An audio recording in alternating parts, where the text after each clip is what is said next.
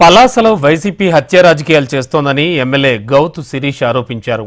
పలాసలో TDP నేత నాగరాజును హత్య చేసేందుకు బీహారీ గ్యాంగ్తో చేతులు కలిపింది మాజీ మంత్రి అప్పలరాజు అనుచరులే అంటూ ఆమె చెప్పారు.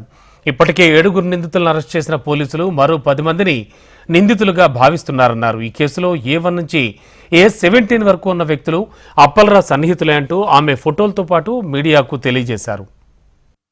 మా పలాస మున్సిపాలిటీ అధ్యక్షుడైన బడ్డా నాగరాజు గారు ఆయనని చంపడానికి ఒక హత్యా ఉదంతం పక్కా స్కెచ్ వేసి దాని గురించి బీహార్ నుంచి మనుషులు అక్కడి నుంచే వెపన్స్ ఇతరత్ర కార్యక్రమాలు చేపట్టింది ఎవరో ఇప్పటికి దొరికిన వాళ్ళతో సాక్ష్యాలతో సహా మీ ముందు బయట పెట్టారు. ఎక్కడికి వెళ్తున్నామండి? శ్రీకాకుళం రాజకీయాలే ఒక ఆదర్శ రాజకీయాలు. దాదాపు 17 మంది పేర్లు ఇప్పటికి తెలిసాయి. అందులో 7 దొరికారు.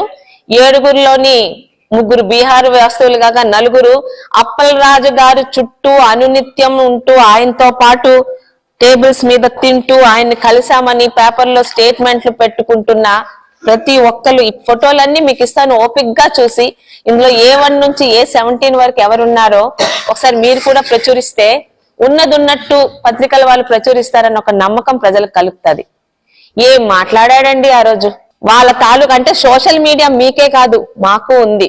అయితే మీలాంటి చిల్లర నీచ రాజకీయాలు ఏ రోజు తెలుగుదేశం పార్టీ గాని తెలుగుదేశం పార్టీ పెద్దలు గాని గౌతు కుటుంబం గాని ఏ రోజు చేయలేదు.